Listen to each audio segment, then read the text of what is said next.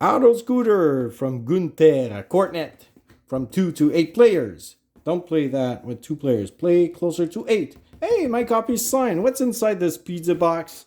This giant wooden board with these small bumper cars. And yes, this is nail. Don't hammer them. I don't recommend doing that. And yes, it comes with actual nails. PGA 13. What are the nails for? Well, they're going to be used to track down the speed of every bumper cars. And what's inside the box? Other than that, you also have player tokens. They're fun points. At the end of the game, whoever has most of them is the winner. There's a variant that you can use. I'm going to explain that at the end of the video. You also have player 8. Everyone's going to have one that fits with their cars. So we have an orange one. So you give the orange. Yeah, it's pretty obvious. Lastly, you have a sheet. And this is where the crux of the game is going to happen, because Autoscooter is a programming game. Here you have all the different colors. So everyone's going to choose a color. They're going to get their player A. They're going to get their player tokens. And then after that, everyone's going to receive one sheet like that. So 8 sheets per game if you're 8. Now, everyone's going to write also people's names. So James, you're red. Let's say that Julian is yellow, Sanchez is blue. I'm going to be violet for the sake of the example. So everyone's going to write their name, and then you're ready to go. And this is how setup would be. So there are some spots there to show where every car is going to be beginning. Choosing your spot doesn't matter unless if you really want to be annoying with someone. So let's say Sanchez wants to annoy me, then he's going to be closer to me, obviously, because he wants to hit me. Obviously, your bumper cars, you want to hit other players because hitting other players is fun for you, not for them, but for you is so much fun. All right, so how does the game work? Well, first of all, the game is going to begin with everyone starting at 0 speed. So no speed tokens on everyone's nail. I would probably recommend starting with 1 speed. But you know what? Like at the end of the day, it's really up to you. So what do you do when you have 0 speed? Well, you're going to first look at your sheet. So I'm violet, and these are my numbers for the game. So I have 11 numbers, and as soon as these 11 numbers are used, this is the end of the game. Hence why there are 11 rounds. Everyone's going to choose one all at once. When I'm at speed 0, I'm simply going to cross one of these numbers. And what are these for? Well, it's to know the order of turns. The smaller number you have, the quicker you're going to be in the turn order. And this affects what's going to happen, because obviously the quicker you are, you're going to do your turn and you're going to know what to expect. But if you go later, then obviously a lot of stuff is going to change on the board. I'm going to explain that all in details, but let's say for argument's sake, I'm going to choose number 24. So I'm going to simply cross number 24. Now, everyone else did that on their turn simultaneously. And when everyone's done, then we're going to reveal our card and we're going to say, all right, who chose a number from 1 to 8? So let's say nobody did that. All right, so let's skip down to the next one. And like you noticed, the numbers are going in snake fashion, just because so that we can have this same number of smaller number versus bigger numbers, whatever. So let's say we go from 9 to 16. So let's say Sanchez chose 14. So when you're at speed 0, when you cross a number, you're simply going to choose an adjacent vacant space, and you're going to move your car in the direction that you want. Now, let's say Sanchez wants to really hit me, so he's going to do like that. And then at the end of his turn, he can decide either to slow down. Obviously, he's at 0, so he's not going to slow down. He could go faster. So in this way, we're going to add a small speed token on his nail this way. And speed tokens can go up to 3. Obviously, you cannot go from 0 to 3. You're going to go one by one. So either you add one or you remove one up to 3 and up to and down to 0, obviously.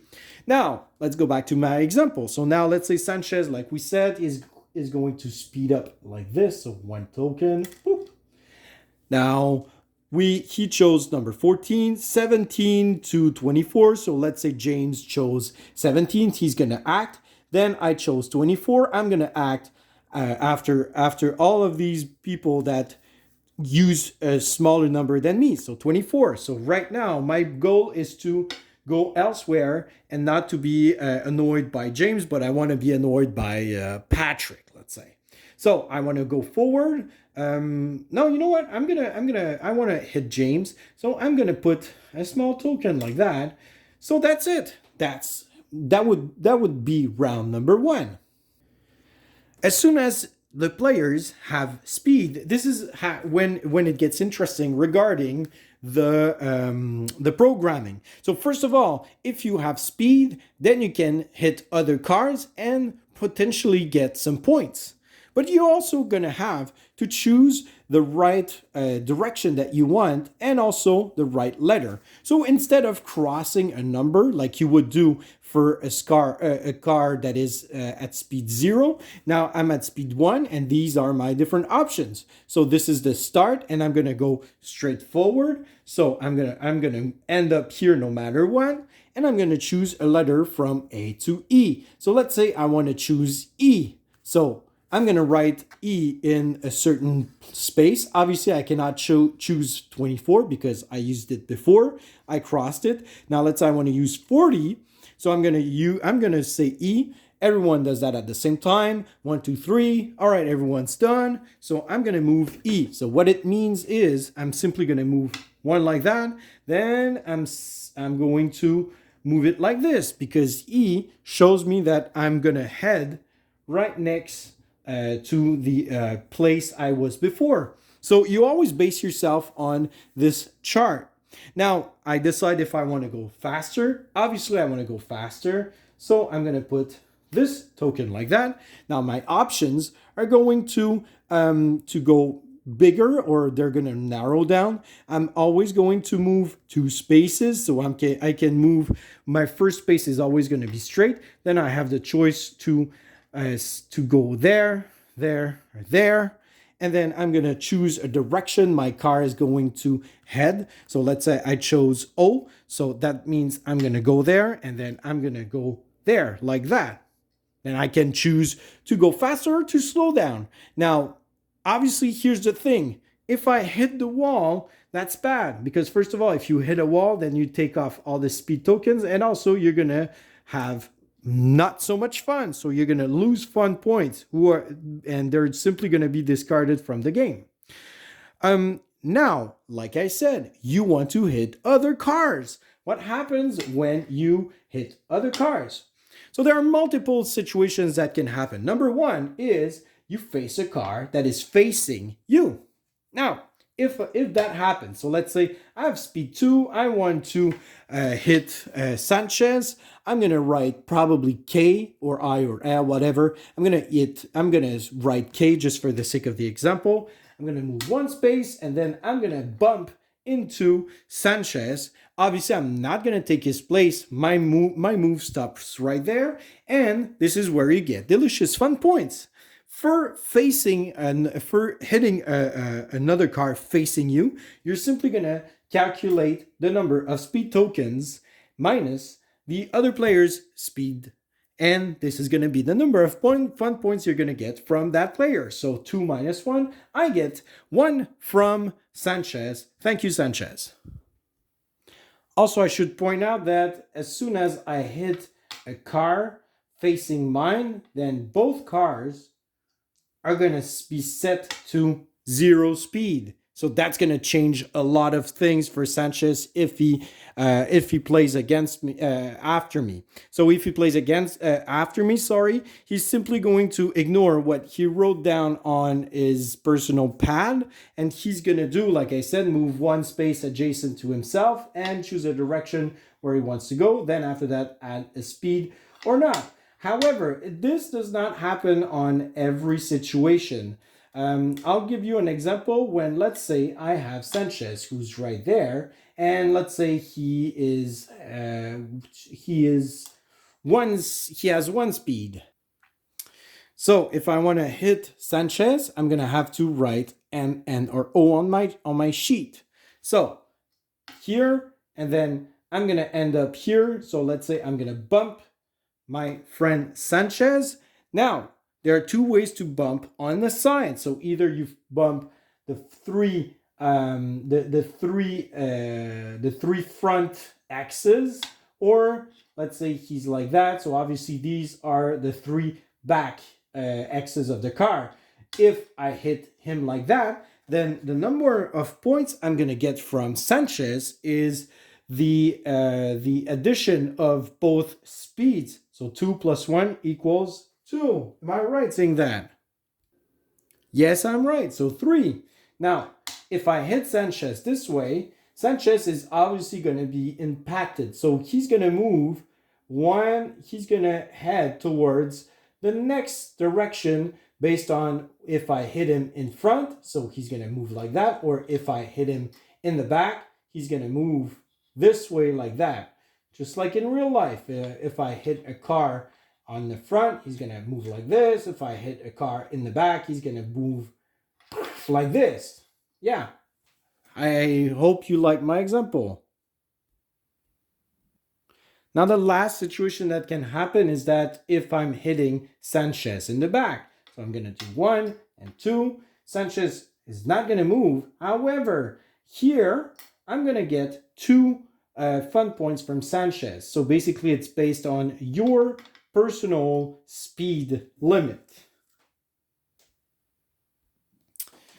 There is actually there's a variant that we use in our game because it's super simple. It's actually a variant where basically if I ram someone from the back, I'm simply gonna hit the next person in line. So let's say we had this fun little situation like this,